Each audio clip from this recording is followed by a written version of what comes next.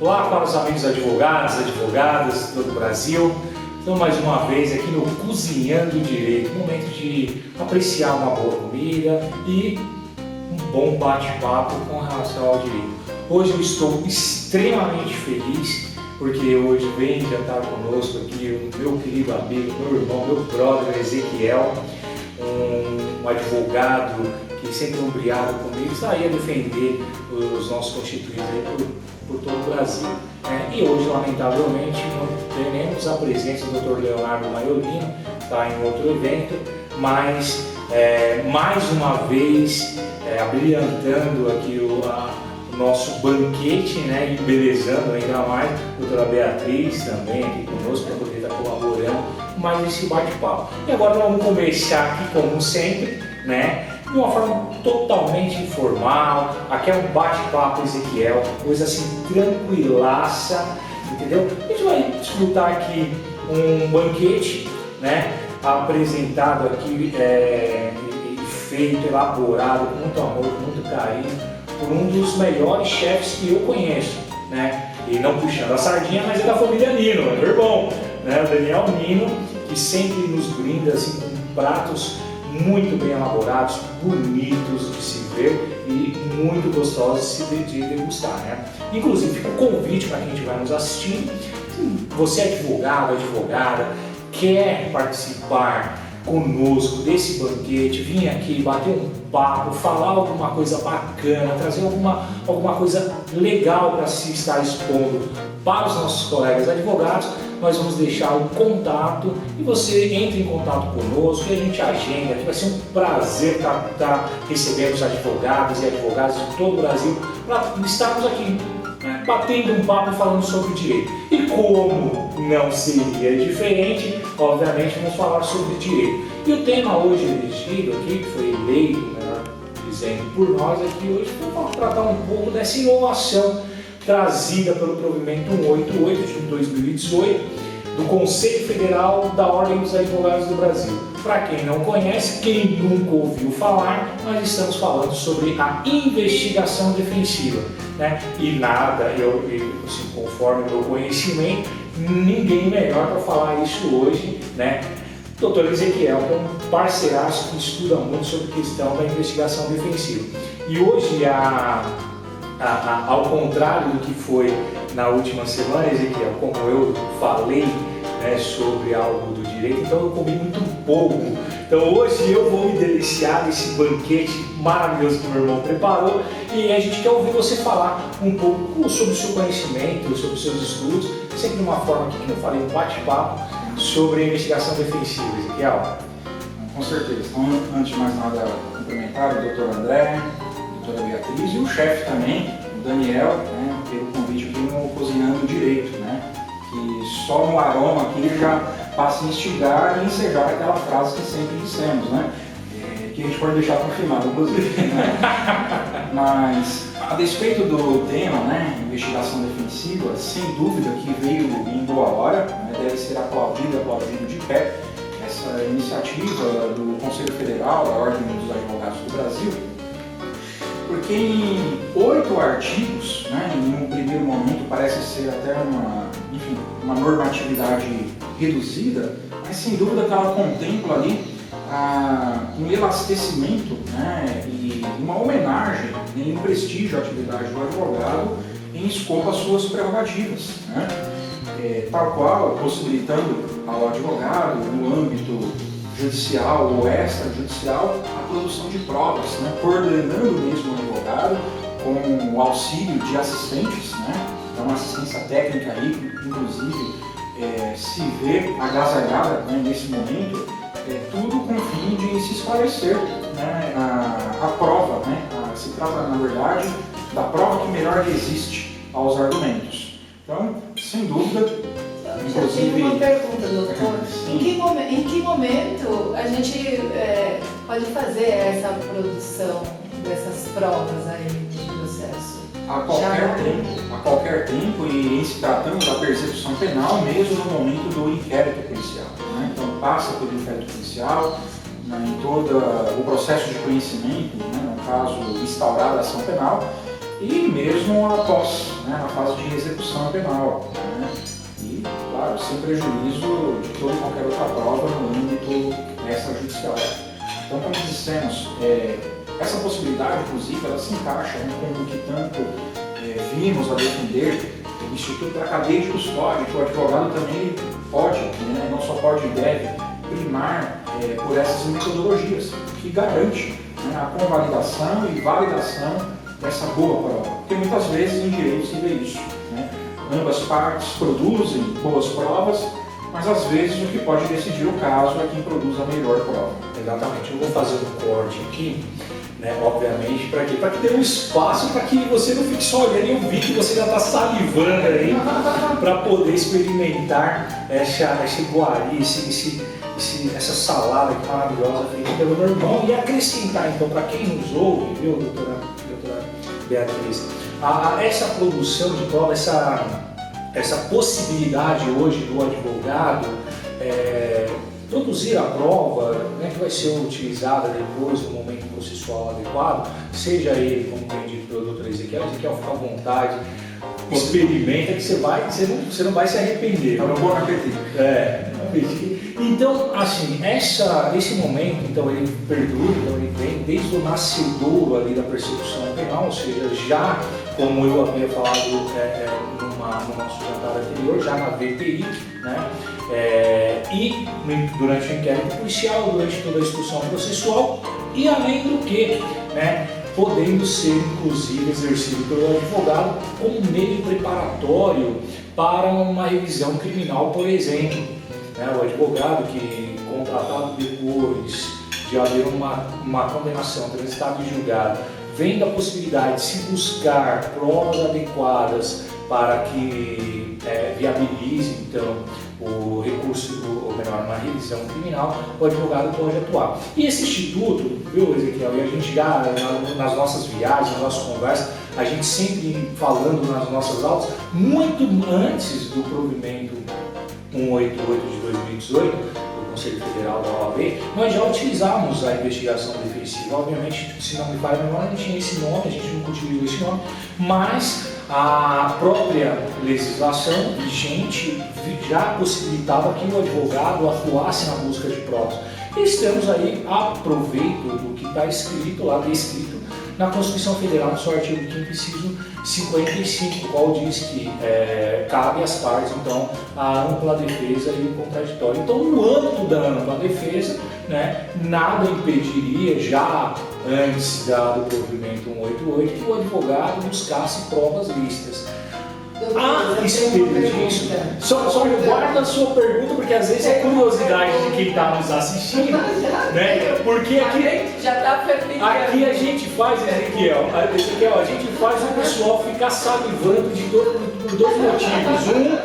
Pela comida, obviamente, muito bem elaborada pelo meu irmão, e a outra fica salivando, querendo saber o que nós vamos falar, o que nós vamos tratar, né? Que são assuntos também, tal qual a comida, deliciosos, né? Então, doutor, antes que a senhora faça então a sua pergunta, só para eu complementar, então na mesma forma, né? Então, tanto eu quanto o Ezequiel e alguns advogados que a gente sempre conversou, que eram advogados apaixonados pelo direito criminal, como somos, né, utilizavam-se também de outros expedientes para tratar da cadeia de custódia, porque também, Ezequiel, e você vai dar uma pincelada que você manja muito de cadeia de custódia, inclusive a sua tese no nosso curso lá de doutorado que nós fazemos, né, que é a sua tese, que você trata muito bem sobre a cadeia de custódia. Então, muito antes da entrada em vigor agora do artigo 158A e sequência, né, porque antigamente só tinha até o 158 do Código de Processo Penal,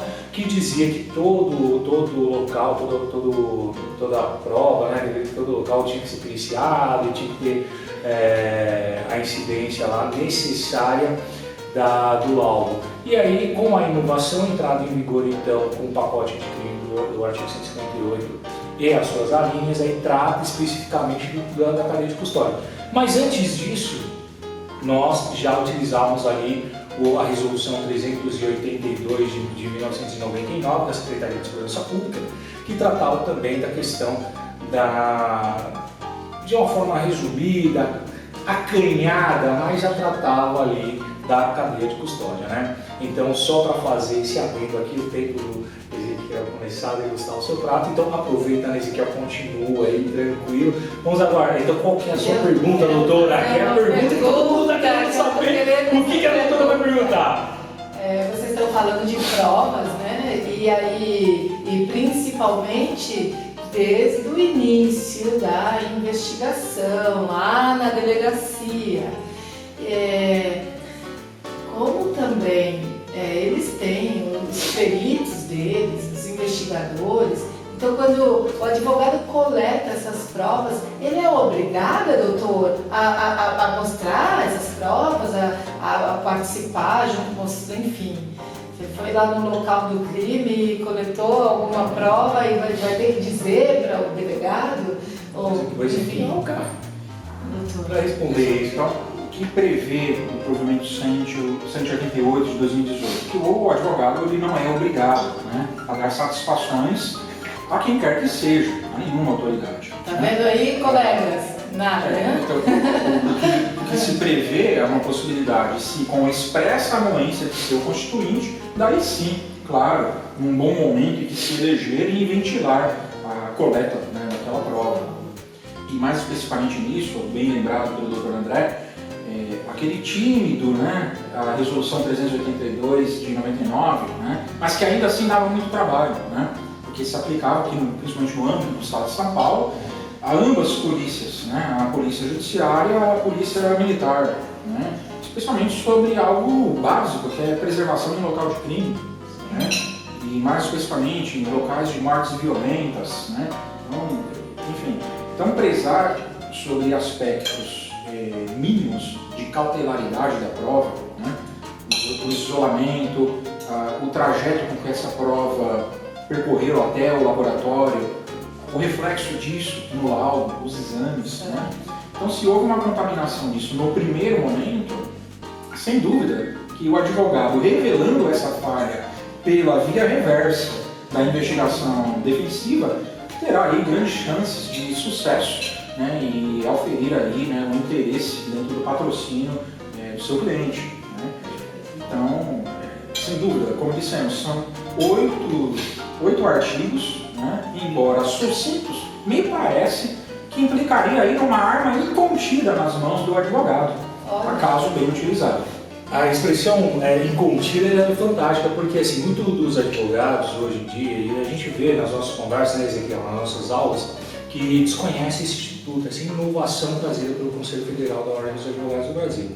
Além do que também timidamente tratavam já dessa busca de provas, né, para poder auxiliar o seu constituinte. E agora, com essa inovação, e melhor ainda, é a tratativa com relação ao assistente que o advogado pode se socorrer para poder produzir esse tipo de prova. Isso é muito interessante, né, Ezequiel? A gente usa muito isso, a gente se socorre de muitos amigos que são benditos, inclusive, vou citar um que é nosso amigão, um cara fantástico, que é o Ricardo Caix, o cara que auxilia a gente assim, em várias situações. É um perito que nós nos socorremos pela sua expertise, o seu conhecimento. Inclusive foi o perito que, acho que foi o primeiro, ou um dos primeiros, que analisou aquele áudio que envolvia o ex-presidente do Michel Temer, exatamente. Então, essa possibilidade hoje do advogado se socorrer dos auxiliares, né, que detêm conhecimento no âmbito pericial para poder influir aí na busca de provas que vai auxiliar o seu cliente, tinha uma valia muito grande, inclusive tratado hoje no Código de Processo Penal a possibilidade da utilização então da figura do assistente de defesa, né? Então, a busca da verdade real. Pelo menos a gente sonha, né, com essa busca da verdade que seja real. Ezequiel, não sei se você experimentou esse vinho. Obviamente eu não vou revelar qual vinho é, porque nós não somos patrocinados por ninguém, exceto pelo meu próprio irmão, né, que é o chefe, né? Mas é um vinho que o meu irmão escolheu, tá? Foi numa adega, escolheu justamente para harmonizar com o prato. E se você é um entendedor a gente viaja, a gente gosta muito de tomar vinho, né? E você sabe do apreço que eu tenho também para fazer essas harmonias. E eu falo assim, eu conheço um pouquinho, mas o meu irmão conhece muito, muito. E esse vinho aqui foi escolhido e eu falei para ele, escolha o melhor, né? Escolhe o melhor. Mas quem bateu o martelo e quem melhor escolheu e quem fez a compra e falou assim, esse é em homenagem ao nosso convidado, foi a doutora Beatriz, obviamente, né? Que ela fez. Então, é um vinho que harmoniza não só com a comida, mas com a boa amizade que nós temos, né? E com esse projeto que ele se desenhou, ele está tomando corpo e veio para o mundo físico, para harmonizar e saudar e brindar a advocacia, que é a nossa paixão, né? Que é a nossa paixão. Então, Vamos brindar então, vamos aproveitar a boa escolha então do vinho pela doutora Beatriz. A propósito, a uva eu posso revelar, é a uva Malbec, que eu adoro. Que vai harmonizar muito bem com o prato que virá daqui a pouco. Sugestão do chefe, e é argentino.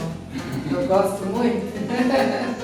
Olha, foi bem escolhido. Tranquilo, eu vou parar. Então, é que... Bom, agora a gente voltamos aqui, Ezequiel, Ezequiel, você vai se deliciar. Sente, é uma pena quem está nos assistindo. Tá perfeito. A tecnologia não avançou tanto, Ezequiel, mas mais do que esse cheiro maravilhoso aqui, a gente vai continuar, né? Então, aquele bate-papo gostoso falando ainda sobre a investigação defensiva, né? Você iria falar alguma coisa? Fica à vontade, Ezequiel. Assim, como nós havíamos acabado de brindar, né? Apenas lembrar que Platão dizia que num banquete sentam-se os amigos, né? E que o lado positivo do vinho é que ele deixa o homem mais à vontade. Então, como nós já estamos no ápice aqui com o prato principal, que mais do que um aroma é um perfume que vem aqui, né? Então, como um bom taurino que sou, que não brinca em serviço, que de fato eu aprecio um bom prato, né? Então dizem isso, que taurino é bom de comer e dormir. Então, uma boa cama e um bom prato. Então, exatamente. Sem dúvida, estamos num verdadeiro banquete aqui. Então, parabéns ao chefe, parabéns a nós aqui, né? Por esse momento aqui fantástico entre amigos. Bom, é óbvio que assim, o prazer é enorme estarmos nos deliciando desse verdadeiro banquete, né, que bem posicionado, bem falado para você, que esse perfume é maravilhoso, né? E depois no final aqui, a gente sempre chama o meu irmão, o chefe, para ele poder explicar, obviamente, para as pessoas que estão nos assistindo, o que ele preparou, né? Porque assim, até o nome chique, umas coisas, né, bacanas, então somente ele vai saber aqui explicar, e é bom porque quem quiser depois replicar, né, o que nós degustamos aqui, vai ter a possibilidade de replicar em casa, mas eu digo mais, viu? O serviço que o meu irmão faz é espetacular, de um carinho, né, da produção, do preparo, de tudo, e aí óbvio também que fica aí o convite para quem quiser contratar ele mais à frente, a gente sempre deixa o contato dele também para que aproveite, né, um bate-papo familiar. Às vezes você quer contratar um chefe para ir até a sua casa, preparar ali um banquete para você, enquanto você está conversando com seus amigos, que é o que a gente está fazendo aqui nesse momento, né? Mas vamos lá, Ezequiel, voltando aí com relação à investigação defensiva, mas eu queria que você falasse um pouco, né? E aí você vai esperar um pouquinho, porque eu vou me deliciando aqui, obviamente. Você é taurino, mas eu sou sagitariano, e seja taurino, seja sagitariano, escorpiano, seja qual for, a questão é que eu estou com fome, né? Então, por enquanto que você fala um pouquinho de cadeia de custódia, que é uma coisa que você manja muito de cadeia de custódia, né? Eu vou me deliciando aqui um pouco desse jantar aqui, tá certo? Então fala um pouco aí do seu conhecimento, como que inicia a cadeia de custódia, quais são os seus elos, né? O que o advogado tem que saber para poder identificar dentro do conhecimento em perícia forense, né? O que ele tem que saber para ele poder identificar quando há cadeia de custódia e aí questionar essa prova aí como inválida para subsidiar aí uma condenação, ou seja, às vezes até a própria condição do processo, porque às vezes é a única prova que existe, né? Vamos falar um pouquinho aí, enquanto eu vou me deliciando aqui desse vinho maravilhoso e dessa comida aqui fantástica. Seguramente. Olha, André, assim, a cadeia de custódia ela vem representada na literatura, né, como um elo de correntes, né, assim, várias correntes. E quando ocorre a quebra da cadeia de custódia, é o rompimento, né, a quebra de um daqueles elos. Então, na medida que quebra, você não tem segurança, não há robustez, responsabilidade, idoneidade numa prova que se pretenda apresentar em juízo, né? Então, desde o momento da identificação do vestígio, tem-se aí já inaugurado, né, o fenômeno, o instituto da cadeia de custódia. Então, uma vez identificado, suponhamos, né, que ocorra aqui um local de crime, então temos que identificar, né? A partir do momento que se identifica, procedemos então ao isolamento desse local de crime. Então nós temos todas essas etapas e em todas elas não há como abrir mão dessa documentação, né? Então cadeia de custódia é histórico, é documentação da prova, é a vida. É como se fosse num caixa de banco onde há aquela bobina, né? Onde todas as transações ficam ali registradas. Então, se alguma etapa é pulada, algo de estranho aconteceu, né? Lembrando aquela citação em Hamlet, algo de estranho se passa no reino da Dinamarca, né? Então, é basicamente isso, né? Então, passando pela fase de identificação, isolamento, a coleta, o acautelamento da prova, esse armazenamento, o transporte, né? Então, quem que transportou essa prova? Quem que foi o agente responsável pelo acondicionamento dessa prova? Então, basicamente, nessa novel legislação, né, que veio agora prestigiada no pacote anticrime, nós temos basicamente 10 etapas, que finaliza com a fase do descarte. Então, até para você descartar o vestígio, você deve fazer isso com metodologia, com ciência, né? E não simplesmente, isso aqui não me interessa mais, estou jogando no lixo, né? Tem uma pergunta já, doutor, está fervilhando aqui uma pergunta. Assim que se está dizendo que tem um requisito, esse requisito, pelo que eu entendi, está na lei. E se pular um desses requisitos, é um prato cheio para a configuração da quebra da cadeia de custódia. Contudo, se faz necessário a parte interessada, especialmente o advogado, a advogada, em suscitar a quebra da cadeia de custódia, né? Então, nós temos aí os incidentes voltados à inadmissibilidade da prova ilícita. Então, se essa prova, inclusive, é produzida de forma a caracterizar a quebra da cadeia de custódia, ela está aqui na marca do pênalti, sim, exato. E, numa remota hipótese, a nova legislação, inclusive, trata ali da fraude processual. De agentes públicos responsáveis pelo acautelamento, pela preservação, pelo isolamento dessa prova. E se não fizer, estará aí, pelo menos em tese, né, supostamente, sim, alguma discussão em torno da fraude processual, que é, né, que o professor Zaffaroni, né, coloca, né, sobre enterramento de prova, né, lavagem da prova. Então, são fenômenos, né, que devem ser não só reconhecidos pelo advogado e rechaçados, tão prontamente identificados, né? Ezequiel, obviamente, nesse momento, e por já ter aqui degustado parte do meu prato e sentido toda essa conjunção de aromas aqui, isso aqui está uma maravilha, eu não vou te privar, obviamente, de você degustar, então, do seu prato, e eu vou fazer um pequeno, então, uma interrupção, né? E creio que você vai até agradecer essa interrupção, né? Para poder então aproveitar um pouco aí desse banquete e eu falasse um pouco com relação a essa questão do advogado e da importância do advogado. Então, tem conhecimentos básicos de perícia. Esse conhecimento ele vem fortalecer a advocacia Tem muito advogado que ainda parece que não entendeu, né, Ezequiel, nós somos pós-graduados em Direito em Perícia Forense, né, e Ciências Criminais, então nós observamos nesse curso a importância do advogado ter pelo menos conhecimentos básicos com relação à perícia, justamente para fazer uma construção ou uma desconstrução do que seria aí um laudo.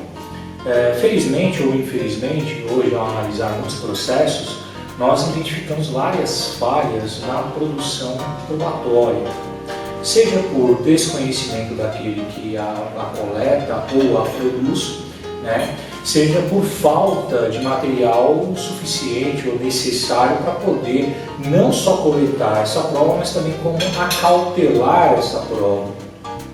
Fato é que num caso que eu e o Ezequiel nós defendemos, e o Ezequiel fez uma pergunta muito feliz, né, sobre como que tinha se dado a coleta da prova, e perguntou ao policial se ele dispunha naquele momento para poder coletar aquela prova de forma a não contaminá-la, né, se ele dispunha ali de luvas cirúrgicas. E o policial disse que não tinha, que por vezes, né, ele falou, o Estado não nos fornece, e por vezes quando nós vamos socorrer uma pessoa ferida, para que nós nos preservarmos, a gente pede luva, passa no hospital e pede luva lá, porque não tem, né? Então essa deficiência, o advogado sabendo identificar, né, dentro do jogo possível processual, né, limpo, o advogado tem sim que se utilizar, né? Uma vez que a prova ela for captada, for coletada de uma forma que não esteja ali adequada ao que dispõe hoje o Código de Processo Penal, né? E aí tratando obviamente da matéria de cadeia de custódia, essa prova tem que ser, ou melhor, a prova ela tem que ser suscitada a sua idoneidade e também a forma em que ela foi coletada ou a forma em que ela foi manuseada, por quem que ela foi manuseada, que isso é uma questão que quebra a cadeia de custódia também, porque a pessoa subsequente que trata daquele vestígio, que vai manusear aquele vestígio, se não identificado também já quebra a cadeia da custódia desse vestígio. E aí pode-se o advogado, identificando então essa quebra de cadeia de custódia, suscitar então a sua idoneidade. Pelo que eu entendi, corrija-me se eu estiver errada, a primeira coisa de tudo é o fundamento básico, no caso de um crime, de alguma coisa assim muito importante, quando a gente está falando de direito penal, né? Entender dessa cadeia de custódia, porque de como é feito a perícia, etc. Tem todos os requisitos, sim, não? Tem todo o requisito, tem forma, tem atos, tem formas, tem atos. Então o advogado, quando ele identifica, né, que qualquer dessas formas ou qualquer desses atos foi rompido, que seja por negligência do próprio agente que tenha ali a obrigação de periciar esse vestígio ou de coletar esse vestígio, o advogado não tem que pensar duas vezes, não é, Ezequiel? A gente não tem que deixar passar batido uma oportunidade de bem defender o nosso cliente, né? E como você reiteradamente fala, né, nós não somos carcereiros de ninguém, na verdade nós somos advogados, né? Ezequiel, e aí, gostou? Está aprovado? É uma obra de arte.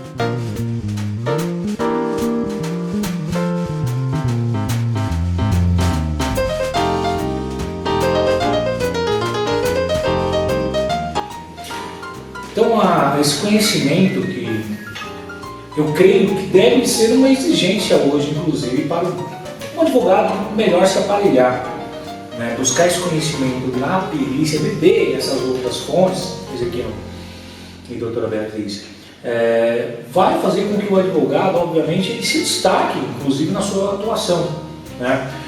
Você, Ezequiel, deixou uma coisa muito clara, eu acho, hoje aqui, ao falar com propriedade, como a gente fala sempre, mas porque nós também, né, nos aprofundamos aí nos estudos da perícia criminal, né, dos cursos aí da perícia forense, buscando aí beber então em outros institutos conhecimento que poderia como agregaram, né, na advocacia e na defesa aí do nosso constituinte. Então vamos falar hoje para os nossos colegas, a gente hoje aqui nesse bate-papo, falando sobre esses outros conhecimentos aí que orbitam necessariamente o conhecimento no mundo jurídico, né?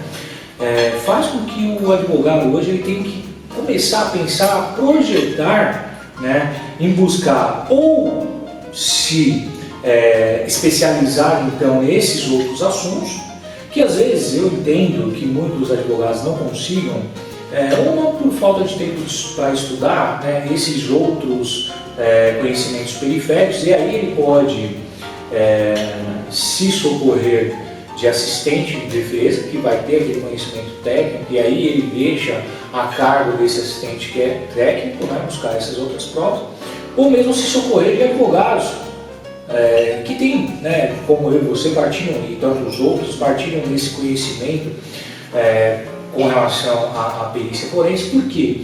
E eu falo aqui, fica a dica inclusive, não sei se a gente pode falar em dica, mas fica a dica, fica o conselho, interpretem como quiser, de que a busca de parceria em advogados que tenham esse conhecimento, né, de investigação defensiva, de perícia forense, né, perícia criminal, é um tanto melhor. Não sei se é a sua opinião, mas a minha é que é um tanto melhor. Por quê, Ezequiel? Eu já falo e já explico, né?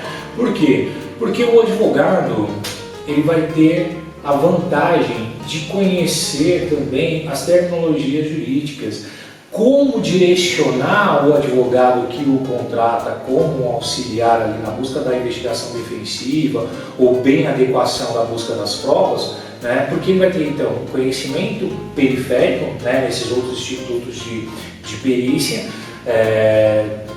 seja ele tecnológico,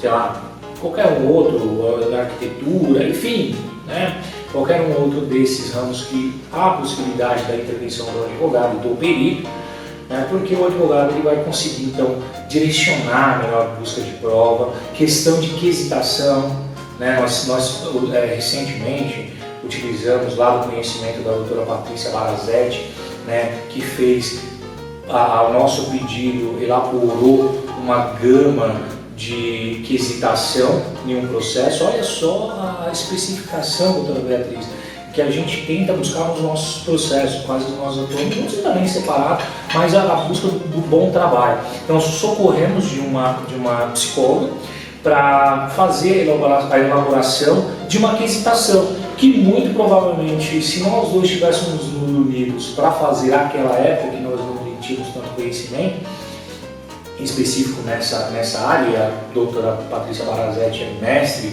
né, nisso, inclusive no Rocha, né, fazer exame Rocha, enfim. Então, sairia pobre. Se eu e o Ezequiel se nos aventurássemos a fazer uma aquisitação num processo extremamente complexo que necessitaria ali desse conhecimento específico, seria uma aquisitação pobre. Então, o advogado hoje que tem, né, toda a possibilidade de busca desse recurso, deve fazer. Ou estou errado, Ezequiel? Não, é isso mesmo. Sob pena, há aqueles causos, né, conhecidos de advogados, e conta um deles que havia um caminhão boiadeiro, né, caminhão boiadeiro cheio de gente, boi misturado na estrada, na rodovia. Acontece um acidente com o caminhão boiadeiro. Aquela tragédia, uma desgraça enorme, um monte de gente alançada, a ribanceira, terra para todo lado, gente soterrada, enfim. Então chega a equipe do IML, né? E aí o médico legista, né? Vivo, morto, morto, vivo, vivo, morto, morto, vivo. De repente já viram lá dois sujeitos, né? Dois caboclos lá engalfinhados um no outro. E aí um respira, ô meu, você tá vivo aí? Ele dá um tapa, você fica quieto, sou. Você quer saber mais do que o médico? Você tá morto. Então, essa é a realidade, né? Se o advogado perde essa oportunidade de identificar, identificar um maior potencial de produção de prova, né? E todos os aproveitamentos se transforma nisso, um processo do atropelo, quando não um processo do extermínio, né? Então, não dá para perder essas chances, né? Então, e apenas lembrando, assim, temos a responsabilidade, né? Se houve ali qualquer temeridade, o caso é muito grande, é aconselhável recusar, que recuse o caso. Se não for para fazer tudo, ou seja, questionar desde o inquérito policial, apresente uma defesa robusta, participe ativamente com a combatividade necessária, como tem sido, né? Interpôs o recurso, habeas corpus, sustenta oralmente, vai para a tribuna, vista a DECA, mesmo em tempos de pandemia, sustente oralmente, né? Menos do que isso, me parece, André, que seria de algum modo tergiversar, né? Ou no mínimo ser leniente com um processo autoritário, de cultura autoritária, né? De ódio ao outro, sem, enfim, naquela condição, né? Que por pior que venha a ser o crime hediondo, aqui nós somos advogados e lutamos como um bastião em compromisso com a sociedade, com a República Democrática de Direito, devido ao processo legal. É isso que nós queremos, a instalação de um Estado republicano democrático de direito. E sem advogado isso não existe, né? Não existe Estado democrático sem advogado. E o advogado tímido, que não questione esses pontos, todo e qualquer questionamento, e se for necessário, questionaremos as vírgulas, questionaremos em audiência as respirações mal colocadas. E deverão cada um dos autoritários dar conta disso, né? Então, se a prova de fato é boa, que produza a prova, doa quem doer, e lidaremos com ela.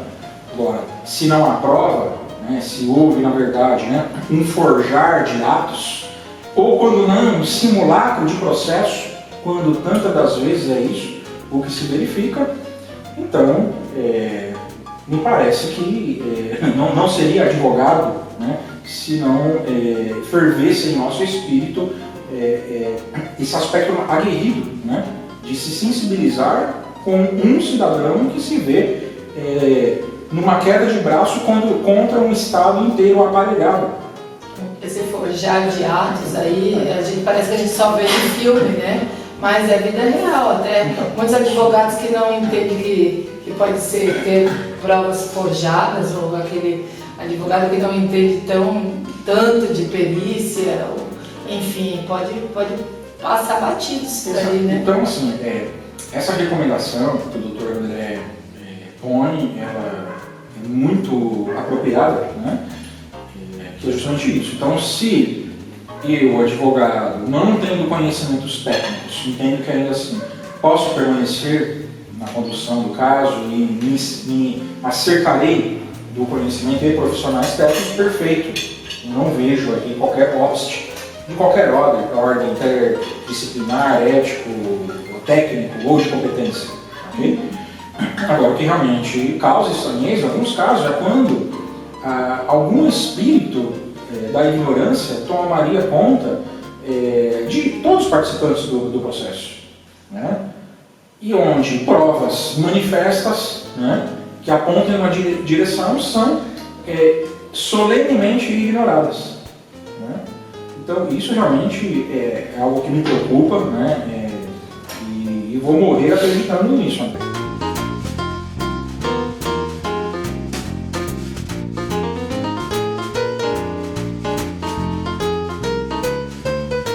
Bom, meus amigos, advogados, advogadas, estou aqui, né? Infelizmente, Ezequiel, infelizmente por um lado, infelizmente por outro, né? Infelizmente estamos caminhando para o final, né, desse delicioso banquete aqui, onde nós podemos desfrutar de uma boa comida, né, elaborada aqui com muito amor, com muito carinho, né? Então, infelizmente, vai acabando aqui a nossa conversa, nosso banquete, mas felizmente hoje o dia foi extremamente proveitoso.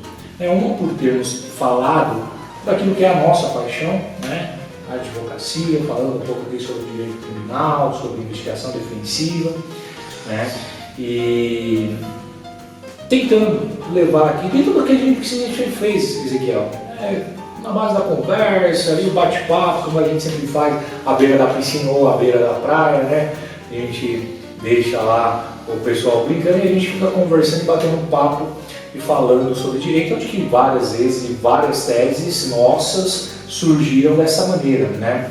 Então a proposta desses banquetes, dessas conversas descontraídas sobre o direito é exatamente isso. Trazer para os nossos amigos que vão nos assistir, né, e os outros que irão participar aqui, uma forma de levar um pouco do conhecimento, dividir um pouco de experiência nossa, né, sobre o direito, fazendo então esse alinhamento delicioso que é falar sobre aquilo que nos apaixona tanto, né, e também aproveitar aí um pouco da boa culinária e da expertise aí do chefe, meu irmão, que vem nos brindando aí cada dia mais com essas iguarias. Ezequiel, a gente finalizando aqui, né, e aí tal qual essa sobremesa que eu já estou salivando aqui para experimentá-la, né, então para adocicar, né, um pouco mais aqui esse bate-papo falando aí sobre essas nossas experiências na advocacia criminal, né, poderia falar aqui para a gente, para os nossos amigos, para como o advogado deve então se pautar, como o advogado deve buscar as provas, como ele deve buscar esse conhecimento periférico, como que ele deve procurar os colegas, como que ele introduz essas provas no bojo do processo, né, utilizando de uma forma a beneficiar então o seu cliente. Perfeito. O que eu penso o advogado de fato ter ali o seu kit de local de crime, né? Fazendo às vezes inclusive do próprio perito, e algo do qual sou mais do que um entusiasta, né? Na verdade um aficionado, que é o registro das provas, né? Então ter sempre bons equipamentos, bons celulares, bons cartões de memória que armazenem com qualidade essas provas, né? Isso seguramente fará toda a diferença, né? Os conjuntos de lupas, né? Seja para o manejo de documentos, né? Alguma eventual falsificação, as luzes rasantes, quando não um bom celular até superia, né? As trenas métricas, enfim, aí você tem vários modelos, né? Físicos ou mesmo as digitais, né? Então, sem dúvida que as luzes, né, luz infravermelho, ultravioleta, André deve se recordar aqueles experimentos que fazíamos em documentos com a tinta que ela é invisível, incolor no papel, mas aí você joga a luz, ela reconhece, né? Então, na verdade, trabalharmos com a teoria do impossível em cada um desses processos, né? Então, o registro, né, inclusive para o advogado se garantir, é fundamental, né, para que o advogado se proteja inclusive a prova.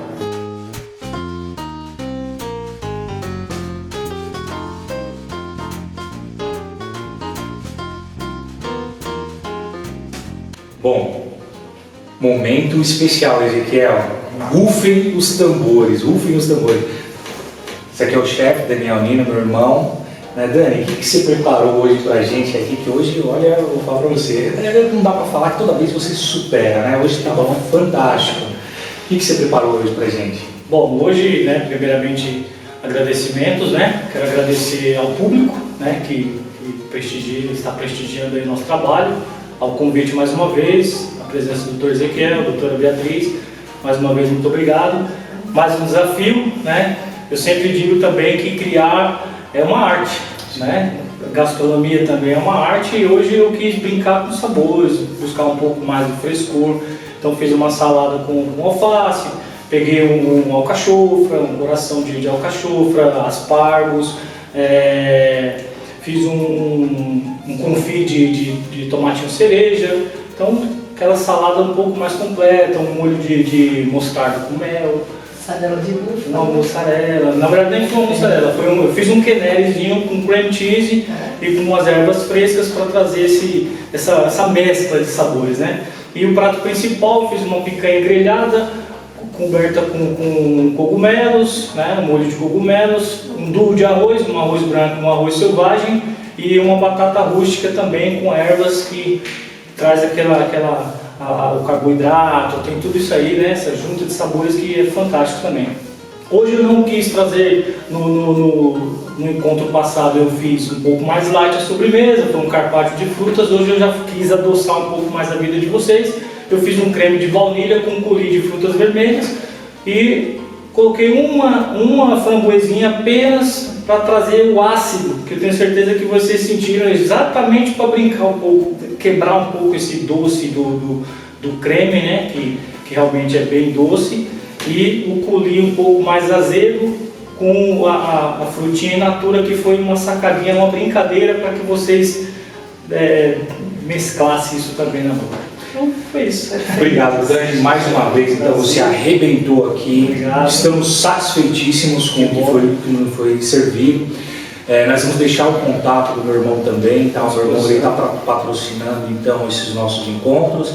Então fica o contato dele, quem assistir, que quiser contratar meu irmão, ele faz eventos, faz a sua festa, faz o seu jantar, quer surpreender a namorada no dia dos namorados, contrata meu irmão que ele vai servir um jantar fantástico para vocês, vai ali adocicar ainda mais o amor. Tá com um casamento ali meio bambo, então contrata o Dani também, o Dani vai fazer um jantar, você pede novamente sua esposa em casamento, casa novamente, então contrata ele aqui que tenho certeza que vocês vão adorar aqui o cardápio. Faz cardápio vegano, você que é vegano, gosta de comida vegana, o Dani desenvolve um cardápio totalmente vegano para você, com delícias, eu já experimentei, é fantástico, fantástico. Comida árabe, quiser fazer uma comida típica, qualquer uma, o Dani comida japonesa, ele produz tudo na sua casa, então pode chamar aí, Dani, nós vamos deixar o contato. Então, vou finalizar aqui agradecendo a doutora Beatriz, agradecendo mais uma vez Ezequiel por você ter vindo aqui e dividido um pouco do seu conhecimento. Agradecer você, Dani, obrigado por mais uma vez aqui tá aí nos brindando com esse banquete maravilhoso. Agradecer então ao Luiz também, que o Luiz fica na parte de trás aqui dando suporte. É a pessoa que faz a filmagem, edita o vídeo, dá todo o suporte. Se não fosse o Luiz, também não conseguiríamos fazer aqui, levar um bom trabalho, né, um bom conhecimento para as pessoas que nos assistem. Deixar meu fraternal abraço, doutor Leonardo Maiolino, que não pôde vir hoje, mas faz parte da nossa equipe aqui também, tá bom? Então, meu fraternal abraço a todos, fiquem com Deus e até o nosso próximo encontro de Cozinhando com Direito. Então, Ezequiel, doutora Beatriz, Dani, vamos dar um brinde então ao bom direito, ensinando com direito.